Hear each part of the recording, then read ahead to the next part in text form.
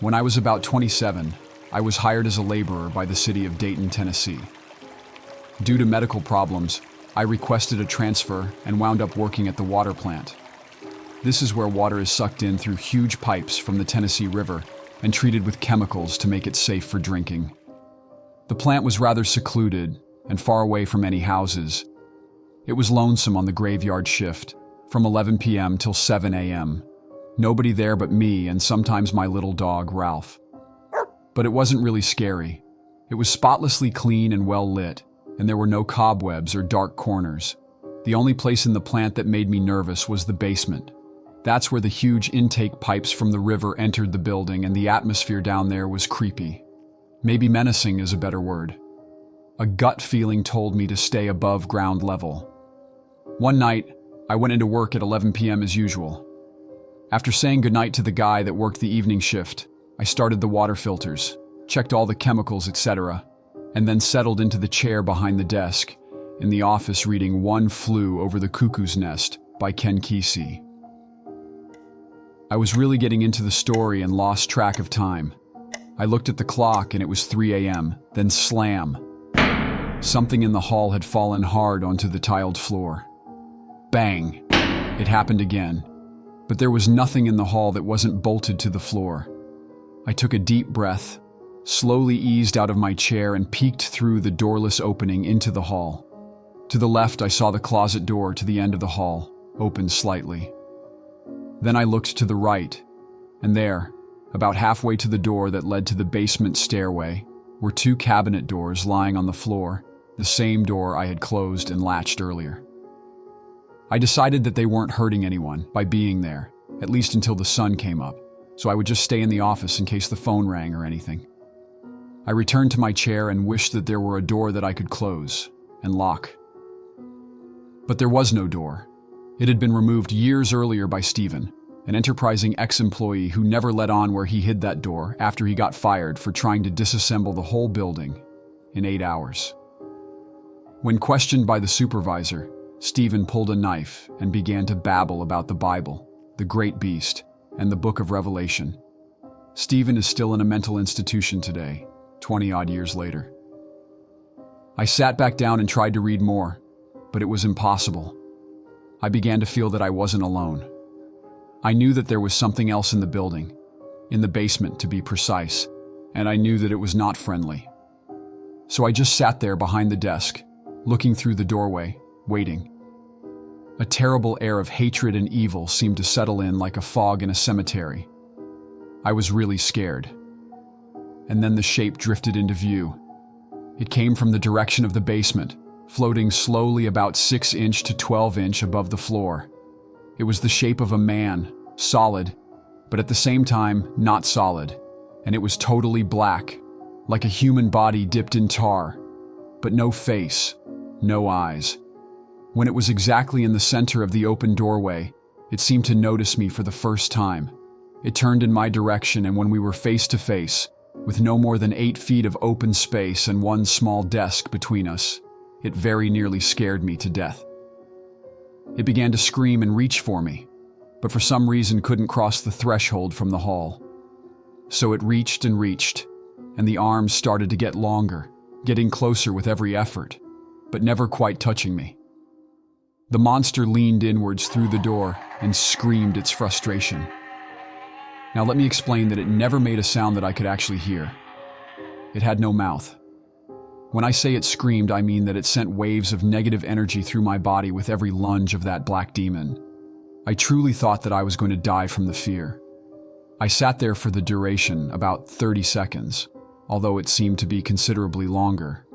Finally, the thing turned its head to its left, as if it had heard something. It then glanced eyeless back at me, turned away and floated back towards the basement. It was several seconds before I could breathe again. When I regained my senses, I was in the fetal position in the chair with my legs in front of me for protection. Only my bugged-out eyes were above my knees as I watched for any reappearance of the spirit. As soon as I was able to speak again, I was on the telephone calling everybody, anybody, just to hear a human voice. I finished my shift and didn't say anything to the day shift guy when he got there at 7 a.m. I immediately applied for a transfer and was granted it. I never went back to the water plant. And I know why the people who work there now carry handguns at all times. They're scared, but they don't know what they are scared of. In the 20 years since this happened, I have done a little research and talked to several psychics and have learned that other people have seen these black spirits in various places and that they are indeed dangerous.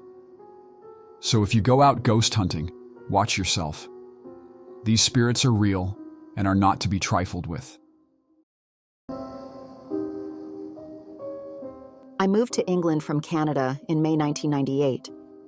I had never really believed in the supernatural until moving into the top floor flat of a huge Victorian house. My husband, my 5-year-old daughter, and I somehow managed to live in that flat for 2 years. It had been vacant for several years. It seemed the landlord had trouble getting anyone to sign year-long tenancy agreements. I found this out from a nice woman living in the flat below us. She and her late husband had bought their flat 25 years earlier. She was quite relieved to have a young family above her, as the flat below had long since been converted into a dental surgery, obviously vacant during evening hours. At first it seemed lovely, looking past the years of neglect, but it wasn't long before strange things started occurring. It was almost as if the flat was driving my family apart. For starters, in my daughter's room there was a huge black sooty streak directly above an electrical outlet. I would wash and scrub it off, only to have it return. I asked my neighbor if there had ever been a fire in the flat. She became incredibly agitated and told me that she didn't like to talk about those things. "If you keep your chin up and go about your business," she said, "everything will be fine." It was around this time that my daughter began to develop imaginary friends. She spoke of one in particular, a man called Robert Jones. She said that he didn't like her father because he had a big knife. My husband did have a sword in the house, as he was practicing Aikido, which is karate with swords. She went on to tell me that Robert Jones was killed by a big knife in France during a big fire. Rooms were frequently freezing, which we put down to poor insulation, but one second it would be lovely and warm, the next you would find yourself covered in goosebumps. You could literally take one step forward and feel the cold, one step back and not feel it, unless you stuck your hand out. The lights would turn off and on by themselves. Lights that were switched on would suddenly explode completely by themselves. We called in an electrician, who chuckled when we told him. He did discover that all the fixtures were actually illegal as they were pre-1940s, and duly changed them all. However, things only got worse. I spent a lot of time alone in that flat. With my daughter at school and my husband at work, I began to experience long, drawn-out periods of depression and anxiety that actually led to me hearing voices. I would hear my husband cough and go running to the door, only to find no one there. Then I would hear him laughing and trying to stifle laughter, so I soon became convinced that he was playing around and grew suspicious. We would end up fighting about the most ludicrous things. I was on the verge of a breakdown. I would be washing my hair and then be overcome with a sensation that if I opened my eyes, I would find someone ready and waiting to plunge a knife into me. I would lie frozen in the bath for what seemed an eternity before the sensation would pass. I began to see my GP quite regularly, as everything in my world seemed to be out of whack. Pieces of my jewelry would go missing. I would accuse both daughter and husband of getting into my things, only to find the missing item back in place a day later. This would convince me that my husband was having an affair, giving my pieces to a girlfriend, and then panicking and retrieving them when he realized that I had caught him. Crazy. How he put up with it, I have no idea. Then my husband began to have his own experiences. One morning, he laid his wallet on the bedside table only to discover it was gone when he was ready to go to work. We both searched all over, and he became very agitated. At this point, I felt somewhat relieved that it wasn't just me going bonkers, and screamed out loud in the room, "Just put the wallet back! We don't like it here. We don't want to stay here any longer than we have to." Both my husband and I stepped into the hallway and shut the door. We waited for a beat and then opened the door to find the wallet sitting on the table, just where he said he had left it. We immediately left the flat. Stepping outside into the sun felt like an enormous weight was off our shoulders. That evening, my husband decided to experiment. He took the batteries out of our remote control, and with both of us sitting on the sofa with the TV 3 meters away, He yelled into the air, "If there is a ghost in here, turn off my TV. I want to go to bed." No sooner had the words been out of his mouth than the TV snapped off. He started yelling, "Turn it on, turn it back on," but by this point I was terrified and hysterical, begging and crying for him to shut up. Neither one of us slept a wink that night. It was during this time that we all began to see apparitions. I guess I always assumed that ghosts would be transparent, but that wasn't the case. My husband would awake in the night, seeing our daughter standing quietly at the edge of the bed, which would wake him fully. He would ask her what was wrong, but she would just leave. He would physically get out of bed during these times and inevitably wake me to tell me that when he checked, she was asleep. Was she sleepwalking? I would be busy with a task in the kitchen or vacuuming the landing and see my daughter happily playing in my peripheral vision. It was only when I would look at her full on and ask her something that she would stand erect and look at me with the most incredible sadness in her face. That sad look struck instant alarm, so I would go to investigate. On every one of these occasions, I would find that she was actually sleeping and hadn't moved from the lounge sofa where my husband had been watching TV for 2 hours, or some other similar situation where she was with someone else. None of our friends knew what was happening because we didn't want to scare our daughter or deter anyone from visits. We had a young couple stay with us for a night. I awoke at 7 a.m. to find our guests dressed and ready to go, not even willing to stay for a morning coffee. As they were close friends, I asked them what the problem was, and they said, rather incredulously, "Didn't you hear what was happening?"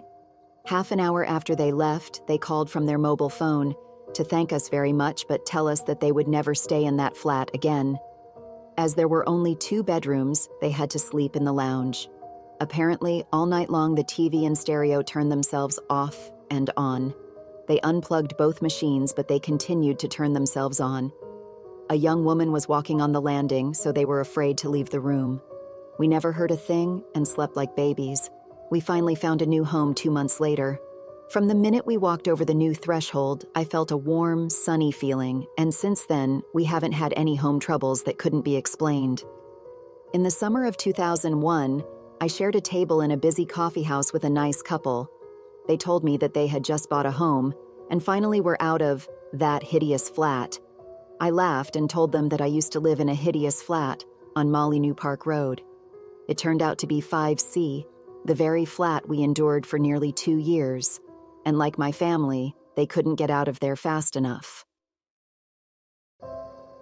On 13th of June 1979, I received my medical discharge from the British Army and went to Edinburgh, where 3 friends had just completed their studies at Napier College and invited me to share till I could find a place of my own.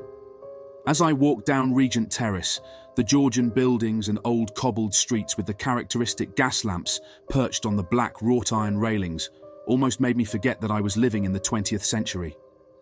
Dan Beston met me at 25A, a dingy placement flat. There were bars on all windows, rising damp on the walls and creaky floorboards. Although the sun was blazing down outside, there was a definite air of gloom in the place, and I was struck by the cold atmosphere. The living room was not so badly affected as the kitchen, which was very chilly. The flat was only big enough for 2 with any comfort, never mind 3 students and a friend. But we were friends, and the cramped living didn't bother us too much. Dan went back to college, leaving me to settle in. I made my way down the narrow, dark hallway to the kitchen. The heavy wooden door needed a bit of effort to push open, mainly due to the thick carpet that covered part of the stone floor. I started to fill the kettle for tea when a voice close to my right ear said, "Yes." I jumped out of my skin and spun round to face the intruder. There was no one there. I searched the flat, convinced that Dan or the other friends were playing a practical joke. No one was around except the cat huddled under the sink, with hackles raised and claws drawn. Fearing ridicule, I refrained from mentioning my experience to Dan, Derek, or Colin. I reasoned that perhaps the voice had carried from the flat next door. One hot and sunny afternoon about a week later, Dan and his fiancée Janet went out shopping, leaving me alone. When I returned, I sat with Dan in the sitting room and told him about the voice in the kitchen. He listened pensively without laughing, and then called down the hall into the kitchen for Janet to put the kettle on. A voice answered, "Yes." It was the same voice I had heard before, Dan appeared not to notice. I followed him into the kitchen. There was a chilly atmosphere, but no Janet. We stood there in silence. Then the front door opened and Janet walked in. She had gone back to the local grocer after forgetting something. After this second episode, Dan, Derek and Colin relayed the experiences which follow. The lads moved into the flat in March 1979. Strange noises started to keep them awake at night. The most common sound was of a baby crying. The sound would reverberate throughout the entire flat, growing louder and then stopping suddenly. Sometimes the sound of laboured breathing would appear to follow one of them around the flat, particularly in the small hours on the way to the bathroom.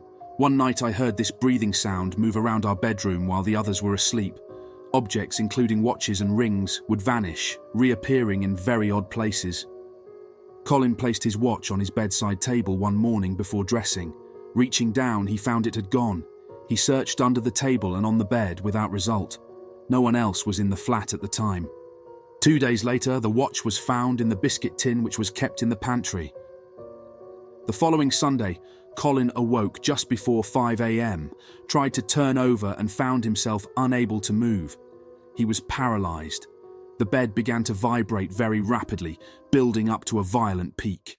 He was sweating and couldn't cry for help. Something heavy and furry jumped on the bed and began to crawl up and down, its hot breath stifling his nostrils. Suddenly the bed was still, the furry thing was gone, and Colin stumbled out of bed in a panic. Everyone else was asleep and the cat was on the outside of the living room window, its teeth and claws bared. It would not enter the flat for days. The following night we were all lying in bed discussing the events and what we could do about them, when the sound of heavy footsteps came down the hall towards the living room door.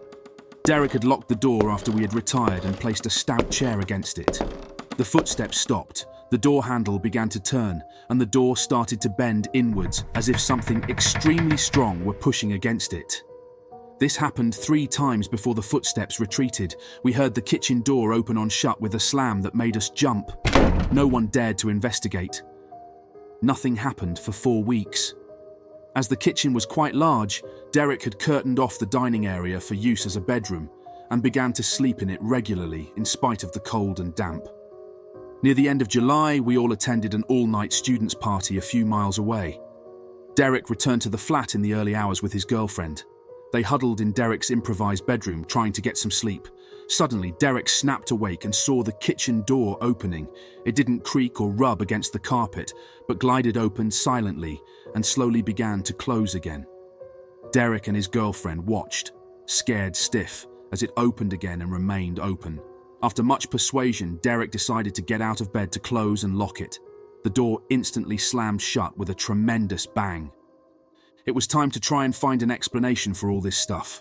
I suggested a séance. After much debate, grumbling and general argument, agreed to give it a try. On the 25th of July 1979 at 10:30 a.m, Dan, Colin, Derek, Brian and I were gathered round the heavy wooden table in the kitchen. There was the numbered alphabet in the white circle with a whiskey glass in the centre and yes and no cards on either side. "Is anybody there?" asked Derek. No answer. Brian and I had no better luck, but when Colin asked, the glass shot to yes. As we began to ask questions in turn, only Colin would get an answer. The spirit claimed to be a French trader called John.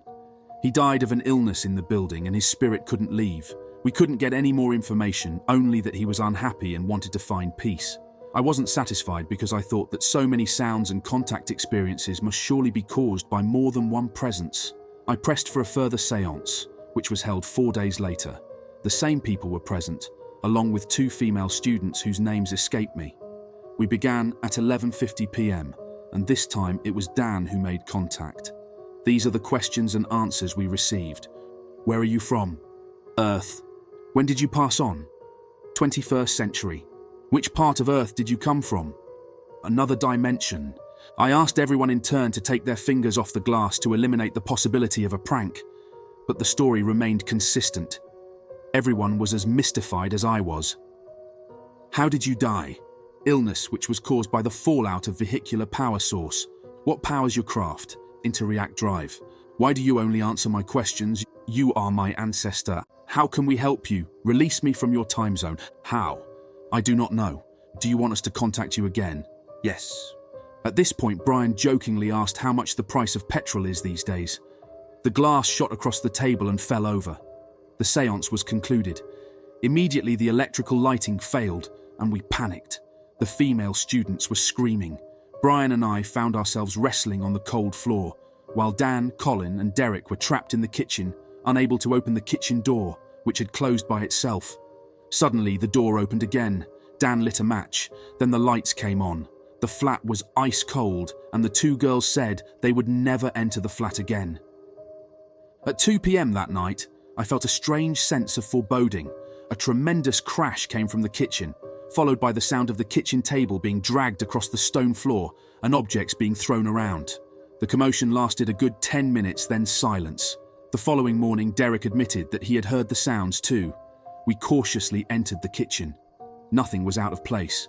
Colin packed his things and left, followed shortly by Derek. Then Dan moved out to share a flat with Janet, and I wasn't going to live there alone. However, my curiosity got the better of me, and I arranged to share a room with a young hotel chef at the very top of the house.